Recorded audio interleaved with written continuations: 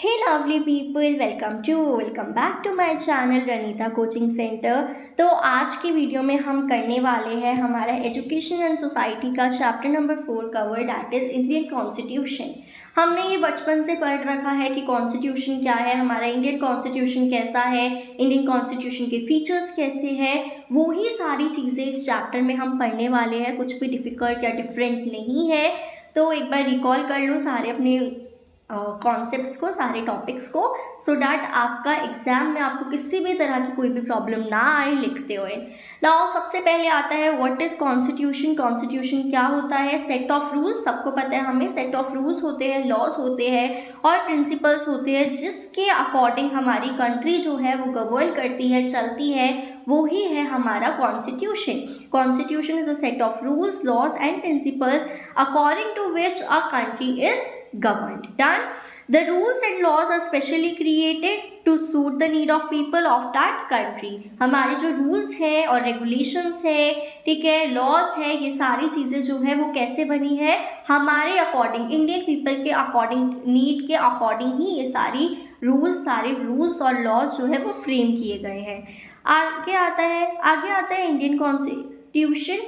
Indian constitution जो है इसमें हमारा एक कॉम्प्रेसिव डॉक्यूमेंट है जिसमें 395 आर्टिकल्स और 11 शेड्यूल्स होते हैं। ये लेंथीएस्ट कॉन्स्टिट्यूशन है पूरे वर्ल्ड का, इसमें बहुत सारी चीज़ें कवर हो रखी है।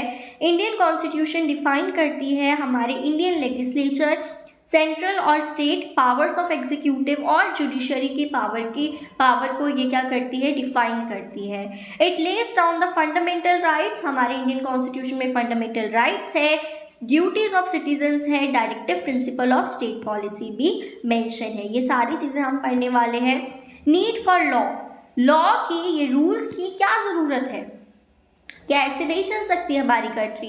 बिल्कुल भी नहीं। देखो, हम अगर कोई गेम खेलते हैं, फॉर एग्जांपल हम लूडो खेल रहे हैं, लूडो खेलने से पहले हम पूरे सारे रूल्स को समझाते हैं ना प्लेयर्स को कि देखो अगर आपकी गोटी कट गई, ठीक है, किसी ने आपकी गोटी को काट दिया तो वापस आपको स्टार्टिंग पॉइंट से स्टार्ट करना पड़ेगा दोबारा से। ये सारे रूल्स को बताया जाता है ना।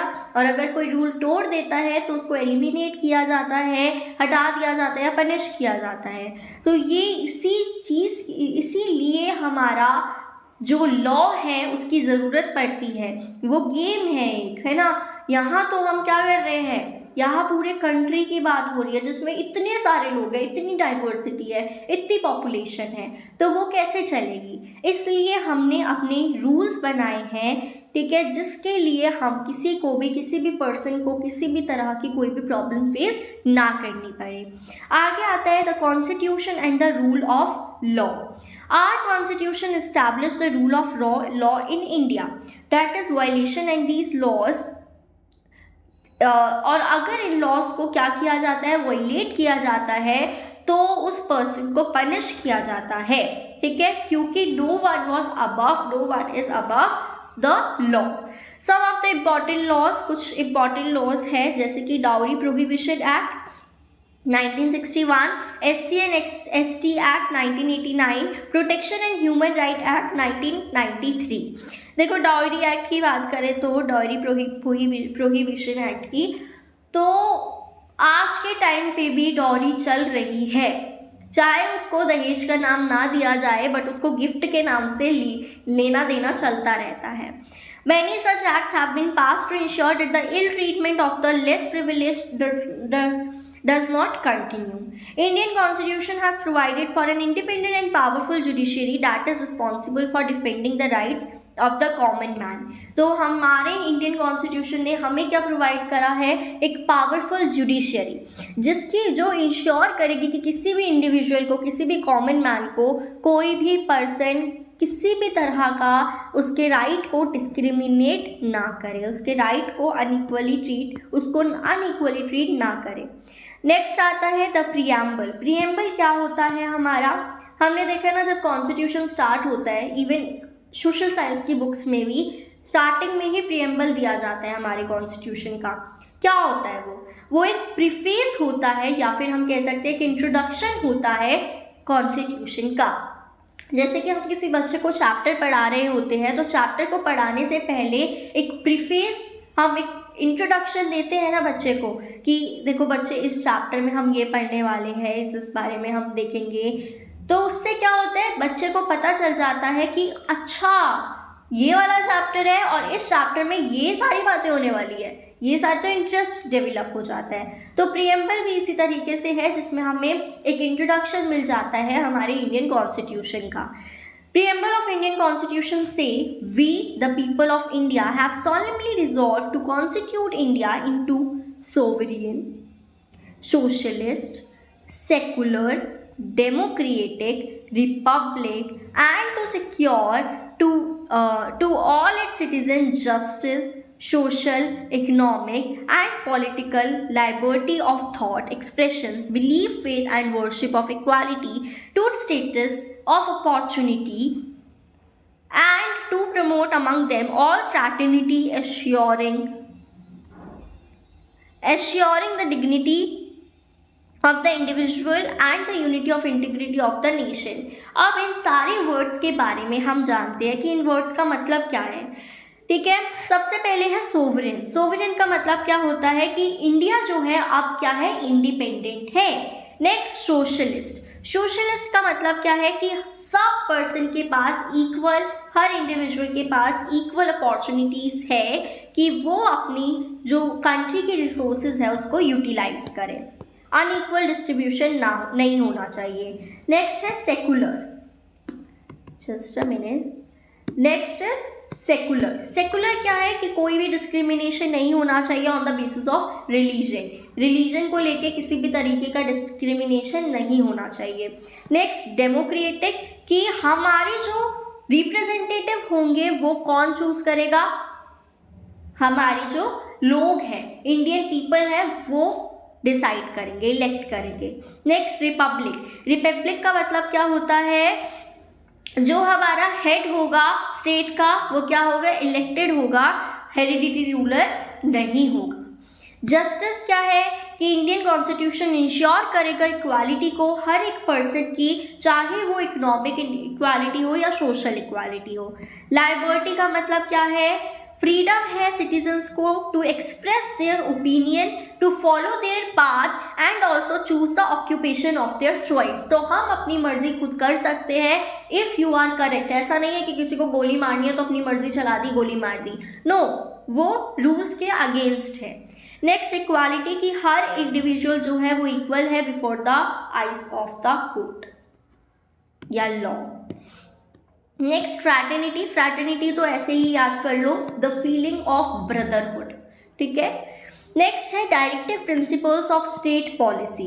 The directive principle of state policy are the guidelines in the Indian constitution that guide the state in it's governance and policy making. Directive principle of state policy क्या करती है, गाइडलाइंस है जो कि गाइड करती है किसको, स्टेट को गाइड करती है अपने उसके पॉलिसी मेकिंग के बारे में और गवर्नेंस के बारे में। Certain principles of policy to be followed by the state. सबसे पहले मेन और वुमेन जो है वो इक्वल होने चाहिए। ठीक है, have the right to an educate means of livelihood, there is equal pay. Men और वुमेन के लिए, दोनों के लिए इक्वल पे होना चाहिए। ऐसा नहीं है कि मेन और वुमेन दोनों पर्सन जो है वो इक्वल वर्क कर रहे हैं, इक्वल पोस्ट पर है, लेकिन वुमेन की जो सैलरी है वो कम है एज कम्पेयर टू मेन। ऐसा नहीं होना चाहिए। Next, children are given opportunities and facilities to develop in a healthy manner. ठीक है, उनको एक अच्छे कंडीशन में डेवलप किया जाए, बच्चों को अच्छी सी फैसिलिटीज़ दी जाए, ये चीज़ भी स्टेट को इंश्योर करना चाहिए। ऑर्गेनाइजेशन ऑफ विलेज पंचायत को ऑर्गेनाइज करना चाहिए। Right to work, to education, right to public assistance in certain causes. Provision for early childhood care and education to children below the age of 6 years। तो हर एक बच्चे को education मिलनी चाहिए। Education और इकोनॉमिक इंटरेस्ट के SC ST के जो वीकर सेक्शन होते हैं उनके इकोनॉमिक इंटरेस्ट और एजुकेशनल इंटरेस्ट को प्रमोट करना, ये भी हमारे स्टेट की जिम्मेदारी है। Duty of the state to raise the level of nutrition. ठीक है। पब्लिक हेल्थ की जो है वो इम्प्रूव हो, ये भी फोकस करना चाहिए स्टेट को, ठीक है। एग्रीकल्चर और एनिमल हस्बेंड्री की ऑर्गेनाइजेशन करना, मॉन्यूमेंट्स और नेशनल इम्पोर्टेंस जो होते हैं उनको प्रोटेक्ट करना, जुडिशरी को एग्जीक्यूटिव से सेपरेट करके रखना, इंटरनेशनल पीस एंड सिक्योरिटी को प्रमोट करना। नेक्स्ट आ जाता है हमारा फंडामेंटल राइट्स, जिसको फॉलो करना ही करना होता है। कौन कौन से फंडामेंटल राइट्स है हमारे? ये 6 फंडामेंटल राइट है। नेक्स्ट आता है फंडामेंटल ड्यूटीज। फंडामेंटल ड्यूटीज देखो, हमने फंडामेंटल राइट्स देखे। Rights we have to follow in कोई भी कॉस्ट हो जाए, किसी भी चीज़ पे हमें उस चीज़ को फॉलो करना ही पड़ेगा, राइट्स को। बट फंडामेंटल ड्यूटीज जो है वो हमारे इंडियन कॉन्स्टिट्यूशन में एज अ ड्यूटी बताया गया है कि ये एक इंडिविजुअल को फॉलो करना चाहिए, एज अ मॉरल वैल्यूज बताया गया है। जैसे कि अपने national flag, national anthem, national song, इन सबको रिस्पेक्ट करना, ठीक है। या फिर हमारे जो फ्रीडम फाइटर्स हैं उनके लिए स्टैंड करना, ठीक है, उनको रिस्पेक्ट करना, ठीक है। Sovereignty, unity and integrity India की, उसको क्या करना? प्रोटेक्ट करना, अपहोल्ड करना। हार्मनी को प्रमोट करना in spirit of the common brotherhood amongst all the people of India. To protect and improve the natural environment, हमारा जो नेचुरल इन्वायरमेंट है उसको प्रमोट करना और प्रोटेक्ट भी करना, ये नहीं उसको एक्सप्लॉइट किए जा रहे हो, ऐसा नहीं होना चाहिए। पब्लिक प्रॉपर्टी को सेफगार्ड करना, to strive towards excellence in the spheres of individual, ये सारा हमारा है fundamental duty which is moral value, जो कि हमें हर एक इंडिविजुअल को फॉलो करना चाहिए। नेक्स्ट है main features of Indian constitution. Indian constitution के मेन फीचर्स क्या होते हैं? ये रिटन है, ठीक है, लेंथीएस्ट है, बोरोड है, बहुत सारी चीज़ें अलग अलग कंट्रीज़ की कॉन्स्टिट्यूशन से उठाई गई है।